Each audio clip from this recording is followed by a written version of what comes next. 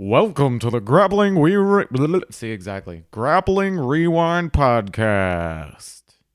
Welcome to this week on the Grappling Rewind podcast. In this week's show, we're going to recap some old matches as well as Shinya Aoki versus Tomoshige Sera. We are also going to recap Lovato versus Rolles Gracie, Xande versus Robert Drysdale, Braulio Estima versus Cyborg, and Wallid Ismail versus Rolles Gracie. As always on the show, I'm your host, Maine, joined with my co-hosts, Emil. And Josh. And once again, we are in Maryland, Baltimore, and we are quarantined. So this is going to be a remote show. The audio is going to take a slight hit, but we're going to keep bringing you content in quarantine during the COVID 2020 pandemic. I'm done with this quarantine bullshit. Yeah. Day 687 of quarantine. That's what it feels like, man. I'm like slowly eating parts of my body. I fucking literally forgot how much time has elapsed. My brain has gone to complete mush. I don't even know what day of the week it is We're only half the time. 6 weeks in. And I'm already like, I'm getting confused what day it is. Like, I've been outside, like, I go outside like once a week to do something related outside of like, okay, I gotta go to the store for something, or like, but it's like once a week, if that. Dude, it's getting confusing. We live in some strange times, so hoping to bring some normalcy back to it for a couple hours while we talk about some fire old matches. This list is good. Damn. Not only was this list good, the Budo challenge is fucking great. The production is amazing. I'm shocked. You young guys, and you're not knowing shit. Yeah, it's about 2005, I think, is when that was, Josh. Yes. That's before even you were training. Yeah, but I also saw it a whole lot too. Yeah, it's dope. There's some dope matches there. Super excited to talk about that. Josh talked about actually doing a whole episode. We just talk about the Budo challenge, which I'm honestly not against. If this quarantine goes on too much longer, at this point, we're going to watch all the jiu-jitsu ever done.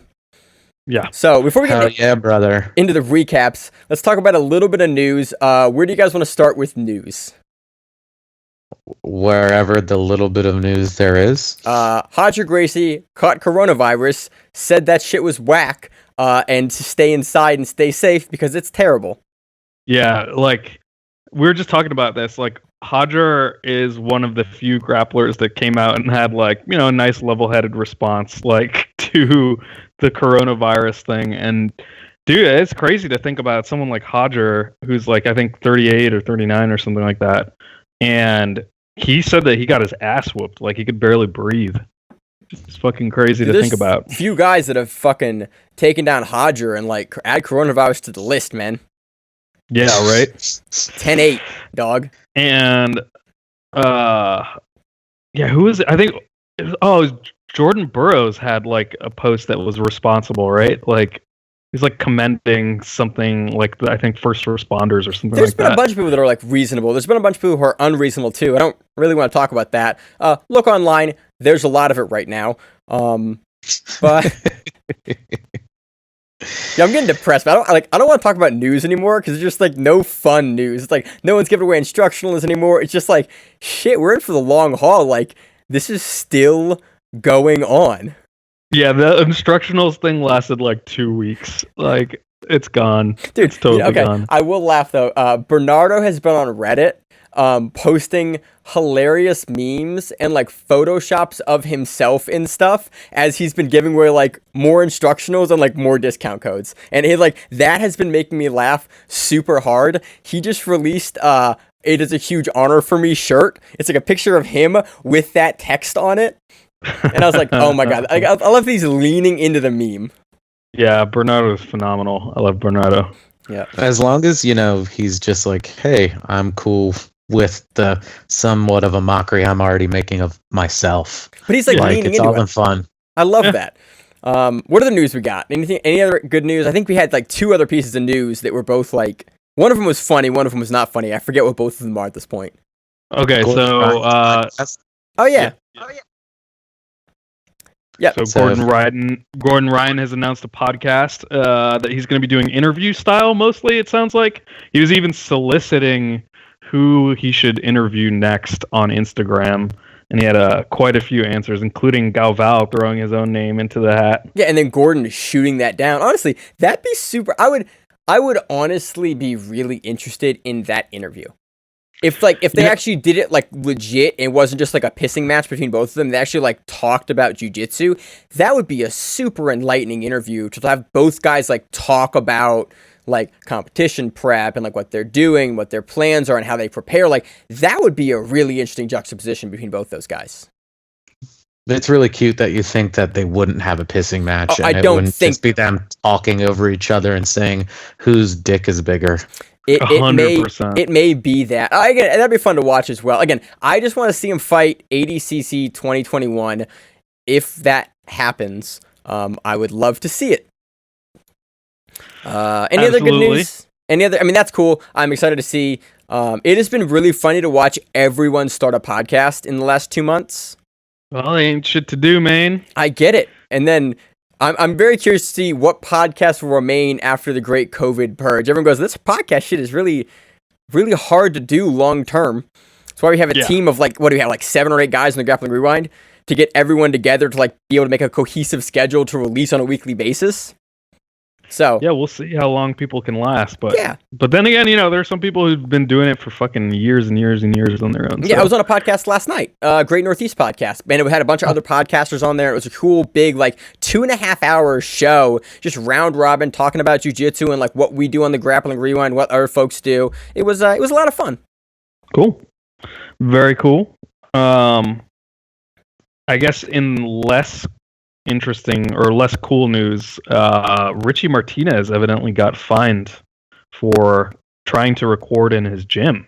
That was like, a little weird. A video. I read part of that, and it seemed like that he was fined because he had gone to his own gym and he was like recording videos for students and like for his student base, but you couldn't in California, you can't do that in your gym. Like it counts as a gym still, even though he's not with people. I didn't really understand exactly like how California's legislation works, but that's what it seemed like. Yeah, and I believe him like 100%. Like, because it doesn't sound like other people were, given any kind of citations. Like, it sounds like he was on his own, and it was just the fact that he entered his own business that was against quarantine by whatever his local. Yeah, their jurisdiction. Whatever the local ordinance is, yeah. So, yeah, that sucks. Like, we're as a community in jiu-jitsu, like there's, it's obviously a sport that requires human contact. And so trying to like keep your business, trying to keep the community together, like, what content is being released is greatly appreciated. So it just sucks that he got nailed for that. So, any other news you guys got? Nope. All right. So let's not even pause. Let's keep going. What match do you want to start off with again, historical fire-ass matches? Josh? I mean, do you want to get the crappy match out of the way? It's not a great match. I figure we'd let's lead with that one. So Shinya Aoki this weekend had a match versus Tomoshige Sera. I can never get his name, Josh. Give me the name. Tomoshige Sera. And it was, so one occasionally will do these grappling matches inside the cage. I think Gary Tonin did one versus Aoki. I think Aoki does them occasionally, honestly. Like, he's done a lot of them for one.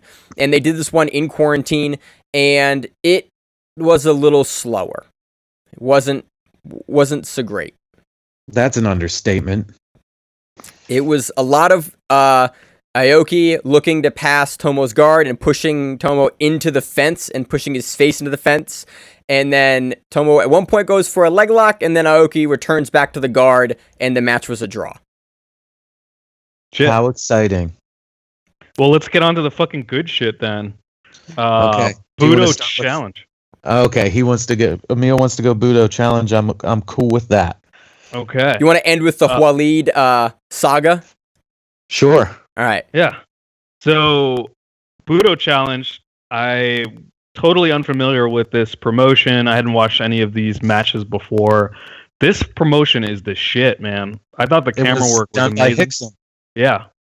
Yeah, but like the production value was amazing, and it was one of the few times where not only did you have like an inlay of the current points, but you also had like a brief description of why certain points were scored. So we've talked about this on the show.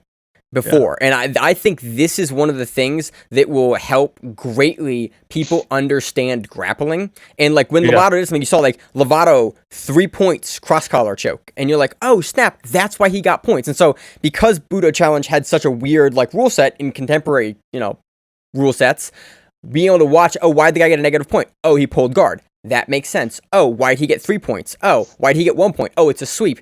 That was super helpful. Like, I didn't need to go and have the rules up in front of us to watch the match. I just watched the match, and then you saw the points being explained to you, and there's no commentary. Like, being explained to you as you watch the match. I thought it was awesome.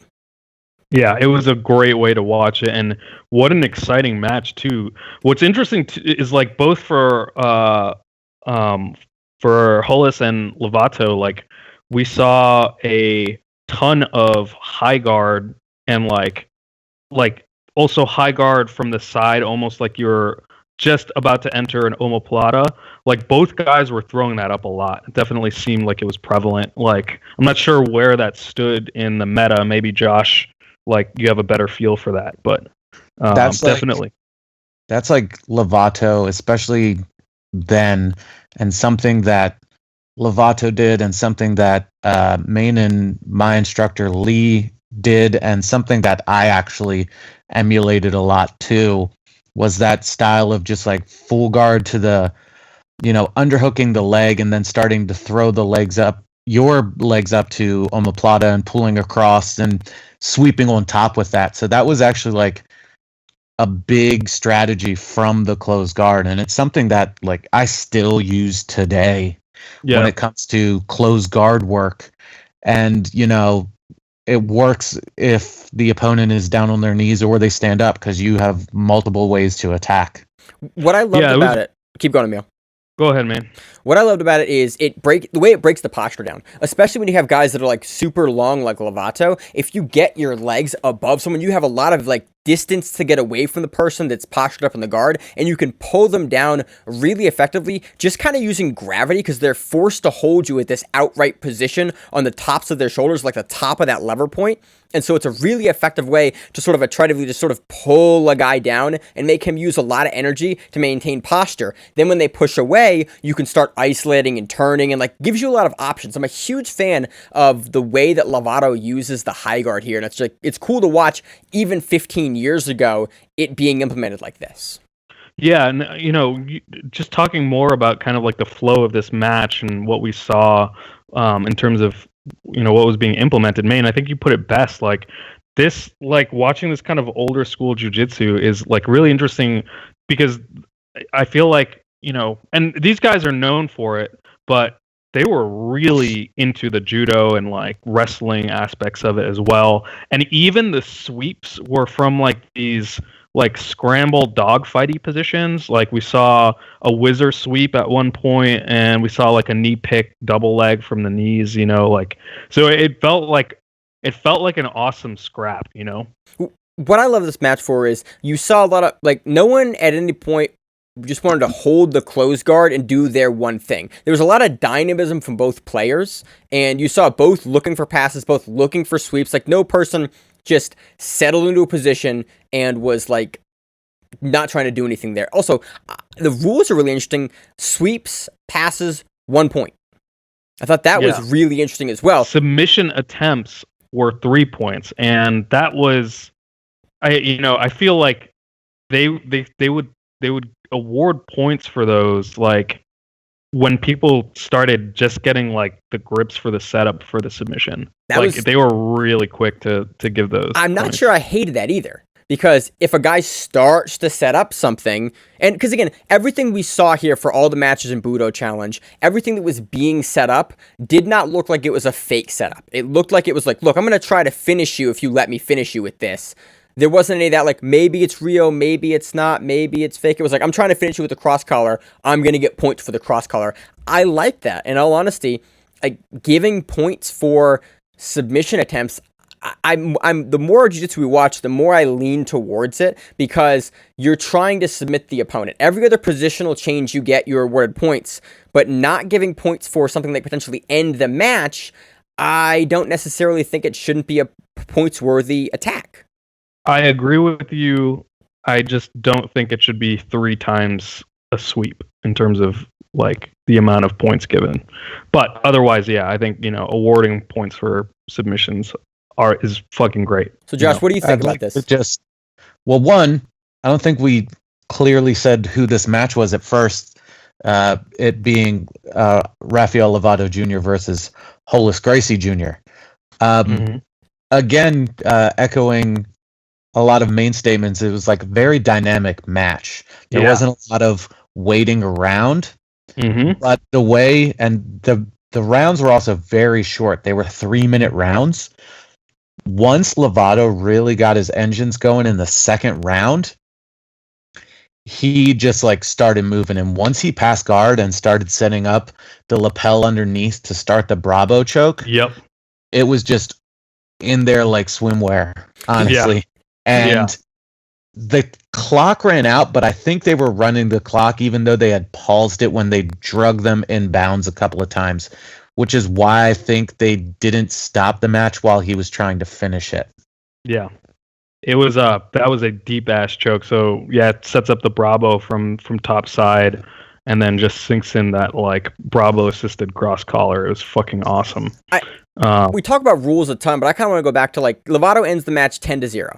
And there were some guard pulls and both people scored in the match. But I really did appreciate that you watched Lovato run up a bunch of points at the end and then get a finish. It made it from an outside viewer, like really easy to follow, because you could see like what he was doing. Oh, he's doing this, it gives him this points, and you watched him rack up those points. It was like, I really want to emphasize how nice that was to watch. Yep. Yeah, I can't tell you like how the number of times like I've been watching matches, and if there's either no commentary or the commentators aren't completely rule savvy, it's impossible to tell why certain things were, awarded, on the fly like that. It takes a few times to rewatch it. So yeah, it's definitely helpful. You can actually find some videos that have commentary. I know Sean, I just forgot his last name, that does most of the commentary for like IBJJF and stuff. He's a Henzo black belt. Yeah. He used to run Hollywood BJJ. Now William, it's something else. Williams. Sean Williams. Yeah, it is Williams. Okay. Sean Williams. Yeah. So he did one with like Bibi Fernandez. And I mean, that match is like 45 seconds long if you want to watch it. But they started setting everything up, and before they really even got to get into commentary, the match was over. So you can find it. It's just you got to do a little bit more digging on YouTube, but not that much. So what I think is really funny, we picked this match. There are a couple versions of this match floating online. There is one that was uploaded April 4th, 2020 of this match. Oh, interesting. I thought that was really funny. I wonder if that was Lovato re-uploading it. It doesn't look like it. It's from Gallery. Oh, yeah, let's talk about that. Lovato found apparently the lost hidden tapes of a bunch of like legends at purple and brown belt of like Lucas he had Lepre. Basically a bunch of hard drives of old match footage that he'd personally taken back in the day, and he has like all of these like insane competitors at like purple and brown belt. I watched a couple of Lepre's matches at Purple Belt. I was like, God damn, he's still Lucas Lepre. He's really good. Holy shit. So it was a great match. Lovato gets the win here. Gets it via Bravo choke. Really impressive. Great performance by Lovato. Kind of reminds you like dude's been on top for 15 years and looking good the whole time. Let's move to the next match. Unless you guys got anything else to talk about this match. Nay, sir. All right, next match you're going to is Xande Ribeiro versus Robert Drysdale. Again, Josh, was it the same event? Maybe it might have been, because they did a featherweight one. They did one where Aoki was in it. Lovato was in the one that was super heavyweight for some reason. They did one where Marcelo ends up avenging a loss to American black belt Cameron Earl. That could be a whole nother podcast, that guy. And this one was heavyweight. I can't remember the exact dates, but it was all roughly in that time frame. 2005-ish. It's funny, you can look at it on the mat. an old post from on the mat, and it's Rickson Gracie presents Budo Challenge, and it's by Kid Pellegrino, and it's August 31st, 2005, and it's calling for entrance into applications, and they have the brackets there, over 98 kilograms, 87 to 97 kilograms, 77 to 86 kilograms, 67 to 76 kilograms, 58 to 67 kilograms, and under 58 kilograms. And it just lists what all the weight classes are. And it's basically this open ad to be prepared to be in Los Angeles October 17th through the 21st of 2005. And it's really crazy that stuff exists nowadays, where it's like, oh yeah, that's an open call on this blog for this event that we're watching 15 years later. And that kind of history stuff is kind of cool to me. You know, it was nuts watching this match too. Like I was shocked that it was, 2005, 15 years ago. The way Drysdale was like throwing up lasso guard was like, it could have been yesterday, in terms of, it's interesting to see some things have been around for that long, certain aspects of like the modern guard game. So that was really, really awesome. And Jesus fucking Christ, like there's a moment where Xande hits a Toreando pass that was like bonk. Like I've never seen anything like it. It was amazing. Yeah. What did you guys feel about the pacing of this match? It was just pure clownage by Xande. Like, now, don't get me wrong, Drysdale, like, great competitor, and you can see, like, multiple times, especially, like, when he recovered guard, and it wasn't till, like, the end that he lost, but, I mean, if you just looked at the results and saw the score, and it was, like, 10 to -3, and then got finished by an armbar, you'd be like, that dude sucks. But it's just, like, it just shows the level of how good Xande was, and this was again being discussed in the Grappling Rewind chat, that apparently Maine and Emil did not know that Xande had beaten Roger multiple times. I knew that. I just, like, going back and looking through the records, going, oh shit, like, I gotta go back and watch those matches, because it's been a bunch of years since I've watched them. I have not watched them, so I gotta go back and see these, because that's fucking amazing to me. Like beating him like in the finals of absolutes of worlds twice. That's so crazy. Like that's nuts. Sanji's really good. Yeah, in my head, Roger was like kind of like unbeatable, but like Xande is definitely up there, man. That's fucking crazy. Xande has beat Roger more than anyone has beat Roger. He's lost to Roger too, but like, dude, Xande really good. That's why it was super disappointing this last year to have him get the hand injury and be taken out of ADCC.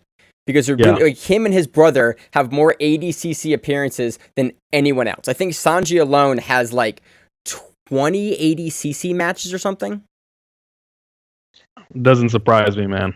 Does a lot of competing. Yeah. Sanji's the man. So yeah, what do you think about it, man?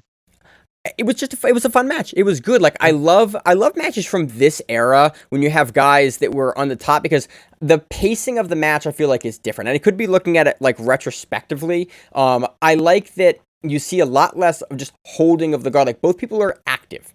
And you see Drysdale electing to pull here repeatedly. And I thought it was really interesting because you see him pull, and he pulls 3 times in this match, which is why it ends -3. And I'm always really curious when you have weird rule sets like this, like what the thought process is going in here. Like why did Drysdale elect, and why did he want to be from the guard, like at the expense of he has a good guard.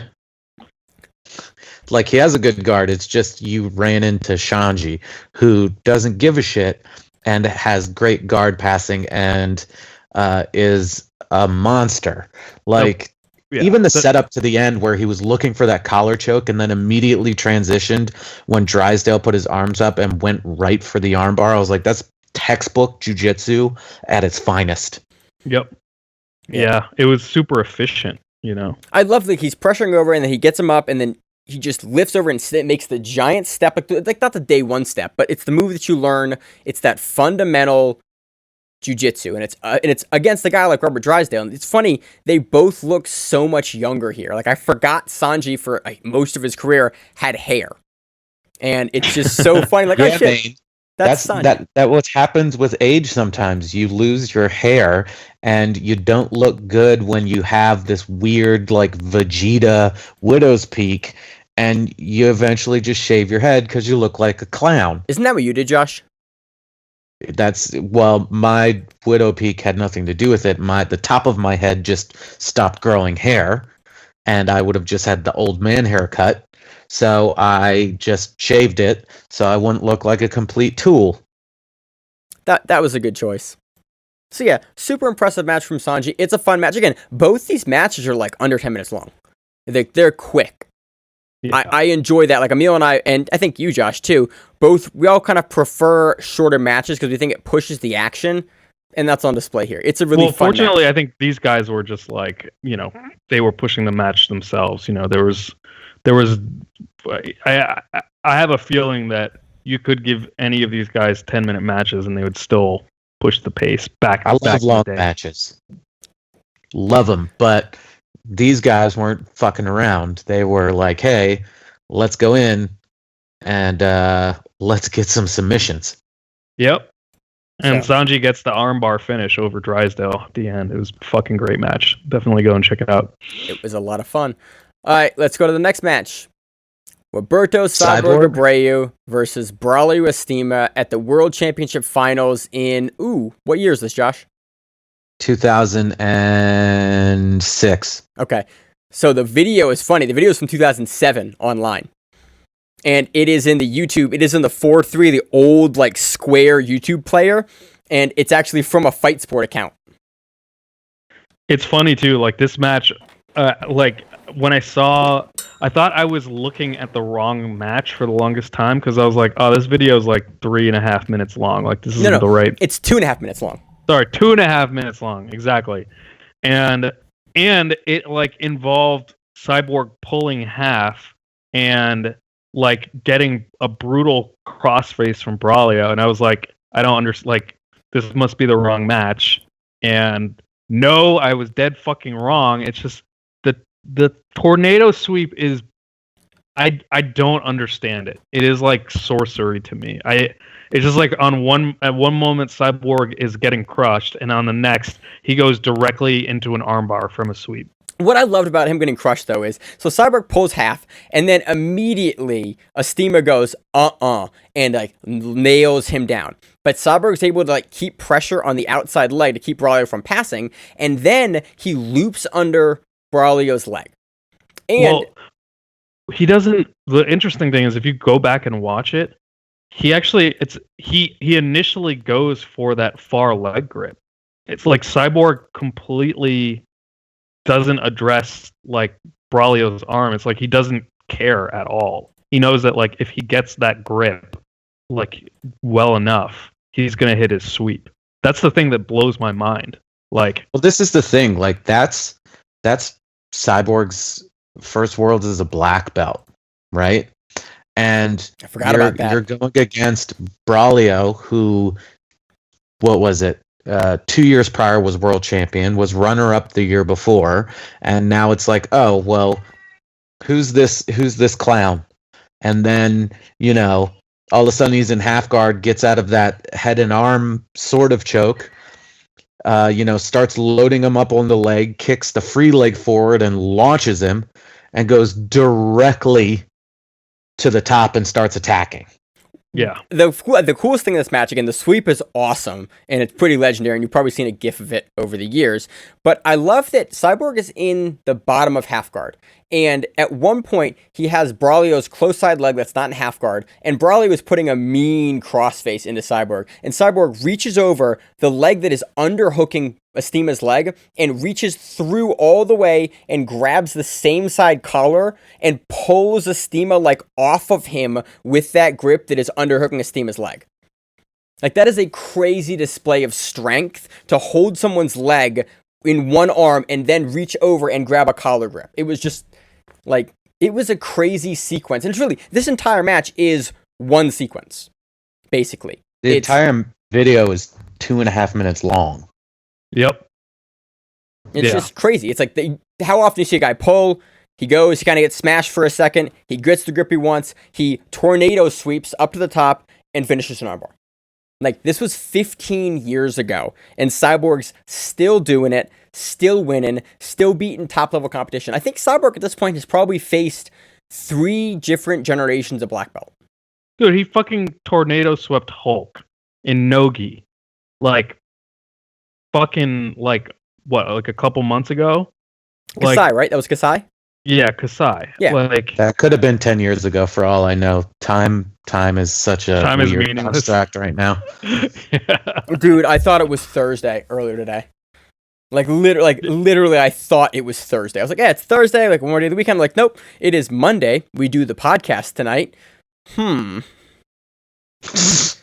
Yeah, time has gotten strange. So this is a dope match. It is on YouTube. And again, all these matches are on YouTube. You can find them. Go back and watch this match over and over again because it's super cool. I love how Cyborg off balances Braulio. I love how Braulio is like going for the choke and Cyborg just kind of weathers it. He fights the arm down. It's just such a cool match because there's so much these little pieces that you can take away from the sequence, and like this is just good gamesmanship and awesome confidence in a technique you know you're good at. And I always appreciate that. Hell yeah. Mm-hmm. You guys got anything else on it? Mm-mm. No, sir. Let's move into the history section of the podcast. We're going to talk about Rolles Gracie versus Wallid Ismail. Josh, take it away.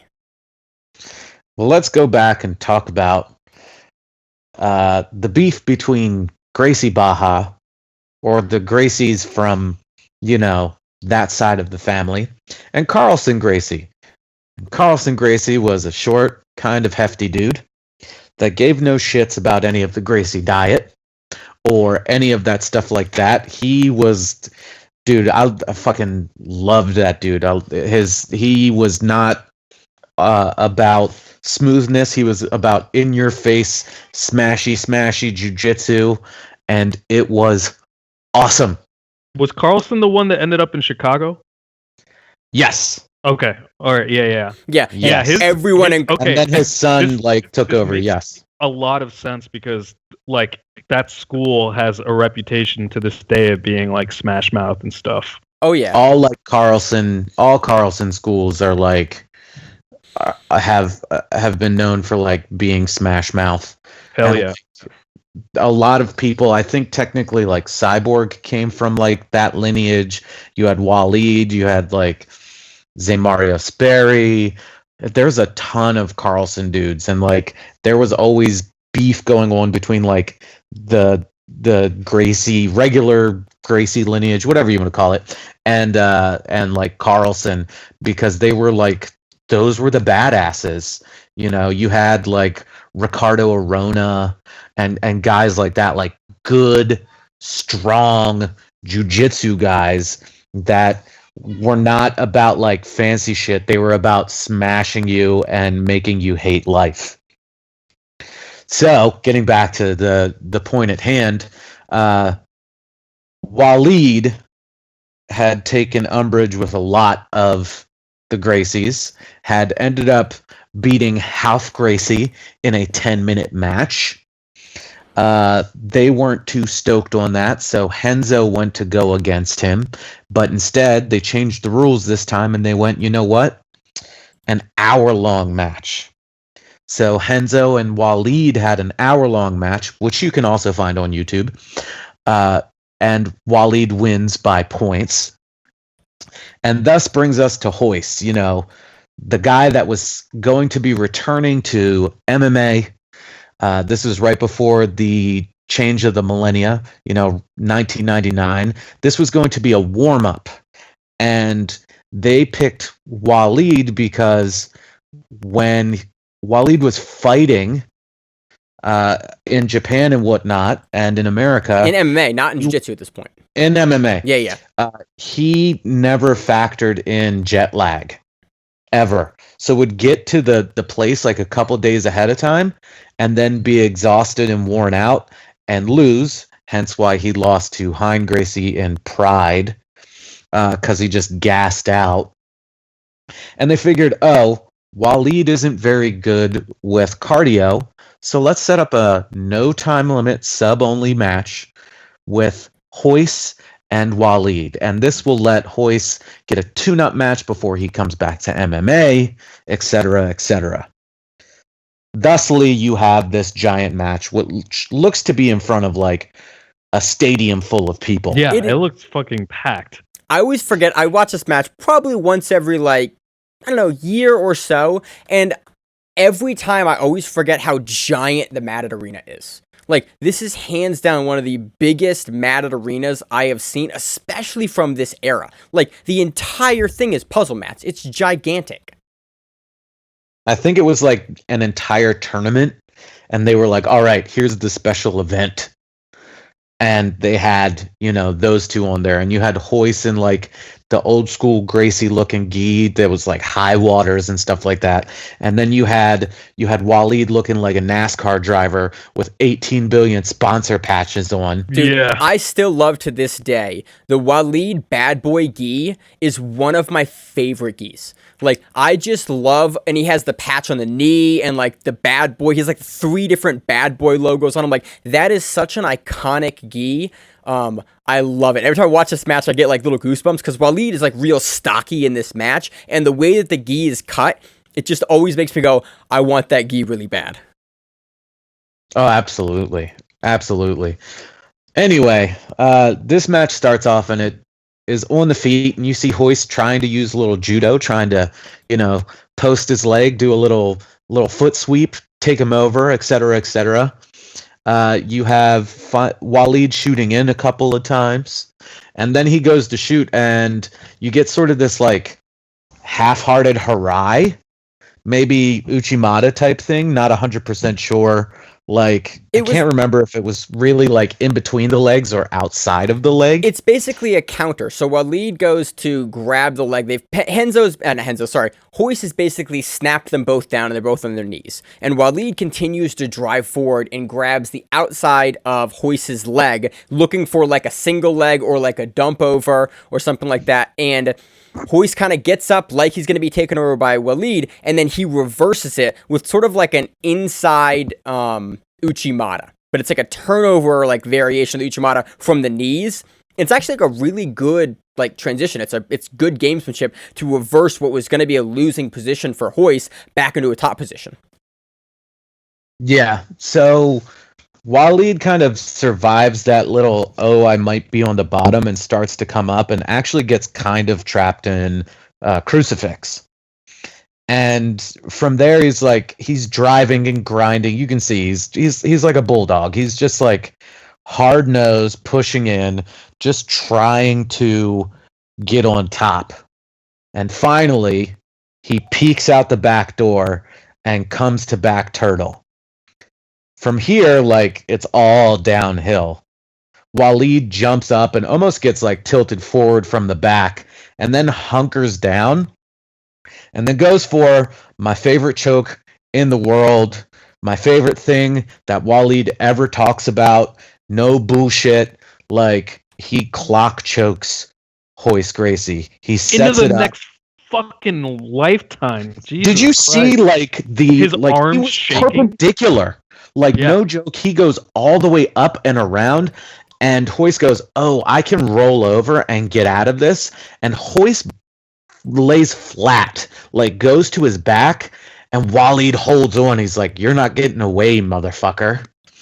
And he keeps going, and then comes up, and you can watch Royce. You can see his arm and his leg, and you're like, he's about to die. He's about to die. And then he fucking dies. And what's better is, so there's no tap, and the ref is looking, and Wallid's just squeezing, and then you see Gracie Gracie in a fucking moon boot come running onto the mat, and they separate them. Yep. So you've got Royce's brother and family over there. You see Halson pop in at a certain point, and they pull him off. Wallid takes off and just like a fucking world championship, just screaming, yelling. His whole crew is coming over and like high-fiving him. You see Carlson like walking across a little bit and kind of shrugs, and he's like, shit happens. If he dies, he dies. But it, like he goes over and like you can see he's like, you know, trying to be like good job, I guess. I don't know. But then Wallid, after all, like the pylon, walks over and he talks to Royce, and I guess he's checking on him, or he's like, I told you you were a motherfucker. Who knows? And you know, you see Helson like tap him on his back and say good job or I hate you. I don't know. I wasn't there. I couldn't hear any of it. But he chokes the shit out of him. Rolles Gracie died on that mat that day in 1999. What we see now is just like it's just a Rolles Gracie impersonator going around. Because Wally is a fucking monster that will steal your soul. Yo. Wallid Ismail, I think Flow Grappling listens to our podcast because he's going to be on Flow Grappling's podcast. What is it? The 22nd? So I think this so. Wednesday? Yeah. Oh, Hell yeah. that is funny. We've been talking about it so much. They were like, we got to get to him before they mention him anymore. I'll listen to it. Like, that'd be awesome. Oh hell yeah! I'm excited. He's an insane person, and I love him. So hopefully, there's more. There's more of that stuff, and there's more of him telling people that you know, Wallid's is not politically correct at all. So he No, uses he's not. language. If you ever want to look at a highlight of Wallid gave one of the best UFC promos ever. And you've already seen the thumbnail. It's a picture of Wallid, and he got his head turned to the side, and he's way too close to the camera, and he's yelling into the camera about the fight he's gonna have, and it is legendary. So, yeah, this is a hell of a match. This is a classic. This is like one of the classic jiu-jitsu old school matches, and it's awesome to like be able to have the footage of it still and talk about it because it is one of the most monstrous, murderous clock chokes of all time. So good. I love this story time with Josh. That was outstanding. See, this is why I knew. I was like, we're going to talk about Ishmael. I was like, we got to have Josh on the show because, like, occasionally you got to cut Josh off. But when we're in quarantine, like, it's story time, Josh. Tell me the stories. Dude, like, there's so much stuff. Again, we talk about it. Like, I've mentioned it a few times, talking about, like, Fernando Margarita and him competing, but also his instructional about how he's like, oh, you do this and you pass and you stay in nice and tight like a pair of jeans, and you're like, what the fuck is this guy talking about? But it's amazing. Like, don't get me started because I'll just go on and on about all sorts of dumb shit. Dude, we gotta talk about some of Margarito's matches. They're a bunch of old school guys. I've been going through the past couple weeks and just reading through like the Wikipedia articles on like world champions. Anyone pre like 2001. I've been reading through all of those guys and like all the women too, and just figuring out, okay, who are we gonna talk? Like, what are some great old school matches that people that are just getting into grappling in the last couple of years probably haven't heard of, or like guys that are now renowned coaches when they were competitors still. And so we have Leo Vieira. Guys, stop listening to the podcast. Well, don't stop listening. Finish this episode. But then go look up Leo Vieira, right? Like the head of Checkmat. Oh, what the monster. Look up Comprido. You know, look up all of these fucking savages. Look up Fredson Paixão. Look up Bibi Fernandez. You know, you have plenty of fucking time. You're stuck in your house. Look up Marcelo Garcia versus Andrei Arlovski. I'm just saying, it exists. You should watch it. Look up Marcelo Garcia versus Andre Galvao 1 through 75. I think, or how many times they competed against each other. We're gonna do probably coming up soon, like a Marcelo Garcia is really fucking good at jiu-jitsu episode. Oh, what a great episode already. Where we just run through a bunch of like Marcelo Garcia, really, really good. Here's why. Dude, there's so much stuff that's getting like loaded onto YouTube that you couldn't find before. Here's another thing that you can try to find on YouTube. Look up Arte Suave Volumes 1 and 2. If you haven't seen that, watch it. It's great. Watch the Kumite with Keenan Cornelius, if you haven't seen that before. That's a classic. Watch everything. Watch all the things. There's some crazy stuff. So I'm looking to get together a list this week. I'm going to put it on social media of like a bunch of old school matches that you should watch, or like things that if you're not new to, if you're in jiu-jitsu and you haven't seen it, you should see it. Like today, or yesterday, the entire choke documentary from Rickson Gracie is on YouTube. That's such a good documentary. And I watched that at White Belt, and I was like, yo, this is crazy. This is the sport I'm in. Oh my God, this is awesome. And the documentary's been on YouTube forever. And so I posted it to the university students that I teach this week. And I was like, hey, if you haven't seen this, you should watch that. So I'm going to start doing that on the Grappling Rewind social media, like posting stuff like that. And like, hey, in the interim, while you're stuck in quarantine, now is the perfect time to go and watch the stuff you never got a chance to see. Or if you're getting into jiu-jitsu, stuff that you might not know exists. Like the Andre Galvao versus the fake black belt match. Like, you got to see that. Marcelo Garcia versus Ben Askren. You got to see that. Wallid Ismail versus Rolles Gracie. You got to see that. Like, stuff like that. So, if you have stuff that you think everyone should see, let us know. And, Josh, Emil, any matches or any kind of closing points for any of these matches that we talked about today? Watch them.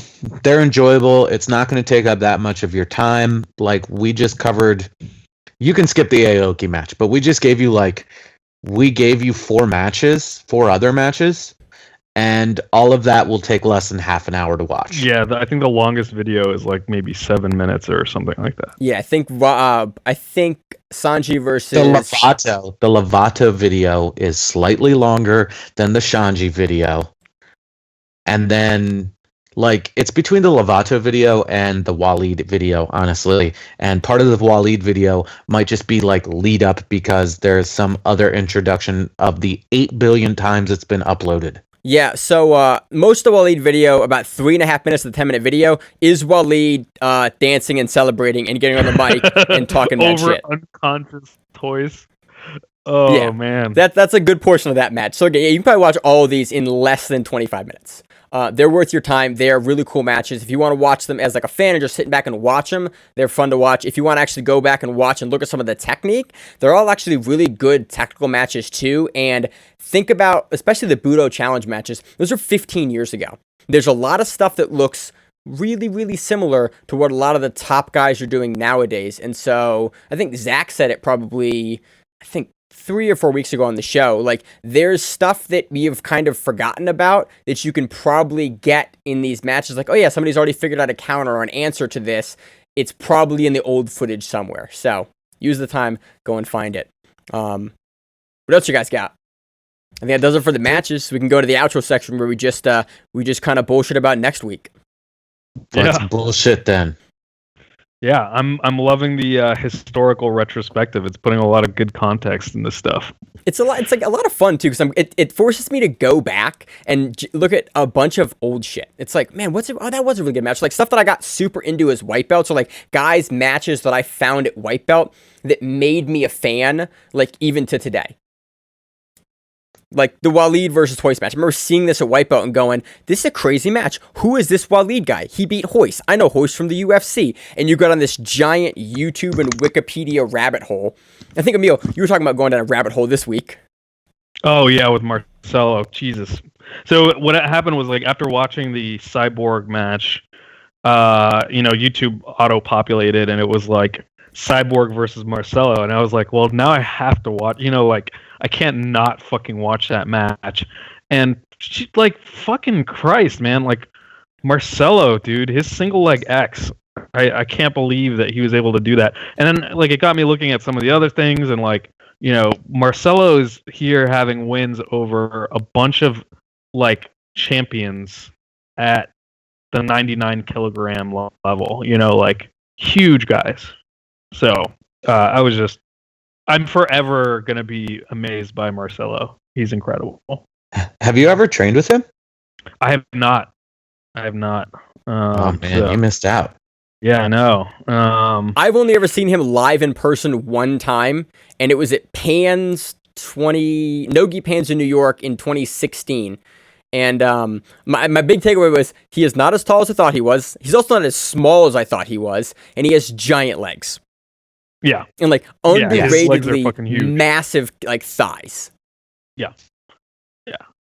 I mean, you Jesus have to if you're balls. gonna like butterfly sweep everybody, you know. So I think one of the upcoming episodes we're going to do is probably going to either be like a Xande Gracie episode, just talking about Xande murdering everyone, or a Marcelo episode that's going to probably have a similar topic. I'm kind of leaning towards the Marcelo episode because I frankly understand his game a little better, and like it makes sense and it's super flashy, which is fun to talk about. They're both impressive in different ways, you know. If I remembered the day many years ago, and I could go onto MGN Action and find him beating the ever loving shit out of a fat ass purple belt me, dude, it is the funniest fucking video. Oh my god, Yo, if that's you right. can find that, Yeah, because I remember that you and was it like Austin and Scott? Like you went to New York with a bunch No, of people. that's two separate occasions. I love going there for those trips. Yeah. But this time it was myself, Nick Boley, his wife Thais, Lee, I think Alex Viana was there. There was like 8 or 9, maybe even 10 guys from our gym that all went up to New York, and we all trained, and we trained all day. That's awesome. And I'm blanking. Lee went up there and trained with one of the black belts there that was like, he was enormous, and Lee was a brown belt at the time, and they were going at it. And then Lee and Marcelo were going, and you know, we all were just, I got to roll with what's his name? Who's the black belt now that's there that's like super popular, and Mateus Diniz. I rode with him when he was a purple belt, and we were going back and forth for a little bit, and then he beat the ever-loving shit out of me. That was awesome. You know, going up to Marcelo's, like, anytime I've been there, everybody that is like higher-end blue belts and up have been super nice. I haven't trained that much with like newer blue belts and white belts, but everybody's been like super nice and super technical, and it's always been a great time. And when Marcelo was, you know, there, because I know he's not teaching every single class, he's been nothing but like super friendly and super kind, and anybody will tell you he's the nicest human being in the world. Hell yeah. And I can't say anything bad about him other than I wish he wouldn't have beaten me up so mercilessly. Josh, you gotta find the footage now. You have to find the footage, and I've only ever heard one person allude to Marcelo not being nice, and that was Mateus Lutes. You remember this? Yeah. name? Oh my god, I remember that. So after SAGC, was it? I think it was 6 or 7. I think it was 6. It was 6. It might have been SAGC 7. I don't know which one. One of the SAGCs. Mateus Lutes was on the card, and he had just had, I think, a 3-round match that was it 10-minute rounds? Or is it 10-minute 10 rounds? minutes, some absurd and then he went to amount of 4th time. round overtime because it was a no time limit, submission only 4th round overtime. with Andrew Cockle. Yep. And he beat Andrew Cockle at the end, and we talked to all the competitors after. Emil and I actually doing commentary on this event. And we talked to Mateus after this. Yeah, and so what happened was like we were talking to him, we were like, hey, how'd you feel about the win, whatever, and he's just like, man, Marcelo's gonna chew me out for taking too long to get the win. And I was like laughing so fucking hard because he was serious. Like, yeah, he was dead. I mean, like, he literally looked scared. Like, he looked like fearful. He was like, fuck, I'm just gonna get chewed out. And he was still a meanwhile, brown belt in this match. Maine and I were like, this guy's a fucking monster. Like he just put on a clinic. And Marcelo's like a dad to these people. Oh, and yeah. he has very high expectations. Yep, I totally understand. that was literally the worst thing I've ever heard about Marcelo Garcia, and it wasn't even bad. So, I think if honestly, you told me Marcelo Garcia punched babies, I wouldn't believe you. You could show me video evidence of him like walking up to a 3-year-old and just punching him, and I still wouldn't believe you. I'd be like, that's not real. So Yeah, I think that's the sell. I think next week is probably going to be a look back at Marcelo doing Marcelo things. We've talked about a couple of his matches on the show. Hit the match versus Ted today, so we're probably not going to talk about that match. But I definitely think we can probably get 5 or 6 Marcelo matches that are hot fire that we should talk about. I'm thinking, yeah, we can look at hot fire ones. I'll take a peek at some of the like him versus bigger guys, like bigger accomplished guys, because he's racked up quite a few wins against them. So it'll be awesome. All right, I got nothing else, guys. What are your plans for the week, Emil? More yoga. More yoga in quarantine. Anything else? Anything fun? That's it. Josh, what do That's you got? my life, man. What do you got planned for the week, Josh? I'm starting up yoga for BJJ because sweet. I need to stretch out more. I'm healing up everything that has hurt me for the past, I don't know, 10 years. Yeah. It hurts less to move around, so that's a bonus. So I'm doing that. I am fortunate enough to be working not at home, so I get to create food stuff and I get to make new ideas for that kind of thing. I'm probably gonna smoke some pork belly this week. It's gonna be tasty. And then a lot of hanging out with my kids. It's my older daughter's birthday this week, so and she's bummed that she can't hang out with her friends and she's only stuck with us, but she's gonna have to deal with it. Yep. And we will party hardy inside, and then that's really it. Just a whole lot of work and I didn't know you were doing out. yoga for BJJ as well. Yes, it was kind of funny when you mentioned it. I had gotten on it when they were doing that $10 a month deal thing. Yeah, me too. So I was like, dude, it's totally worth it. And I've had it before, and I knew it was worth it. So it's just something that I need to get into because my flexibility has decreased over the years due to many injuries, including when Maine put me in deep half guard and I did a split and something in my hip popped and I could not really be as flexible as I used to be anymore after that. So thanks a lot, Maine. Yep, I do what I can. So, that's I've really loved it so far. Like, it starts off like pretty accessible. Like it's just, each initial thing is like a 10-minute like series of stretches that's not like too technical yoga, but like super functional for jiu-jitsu, and then starts going into the yoga on subsequent ones. It's fucking great. Did you start with yoga for rocks since you're super inflexible? No, I started like day one beginners. Oh, okay. So I'm going through the basics now. I'm doing a lot of lower back, shoulder, and neck stuff because that's my problem areas, and the hips, obviously. But those are my problem areas currently. So hopefully, getting more healing. I am not like you two. I am not running at all because running is really fucking dumb. And fortunately, I have an Airdyne bike in my basement. That is, it's collecting dust right now because you know what is fun? Eating. You know what is not fun? Working out. So, I've been eating all of my feelings while on quarantine as well. But I need to get back onto the bike. So when eventually it opens up, I am not a fat lump of lard that gets beaten up by even the white belts that have just been moving around. Sounds like a fun time, Josh. So, you guys got anything else? Nah, man, that's it. Nope. All right. Well, as always on the show, I'm your host. I did that wrong. Jesus Christ. What is the outro Leave it again? in.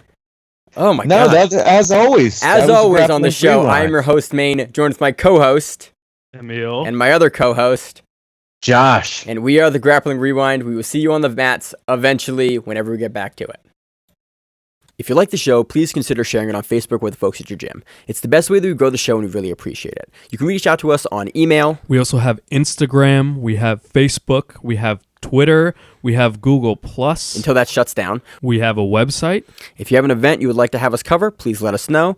If you have a name, like most people do, and you'd like to have us stop butchering it, Let us know. reach out to us. The show is also available on YouTube, Spotify, in addition to iTunes and every other podcast service. We very much appreciate your time, and thank you.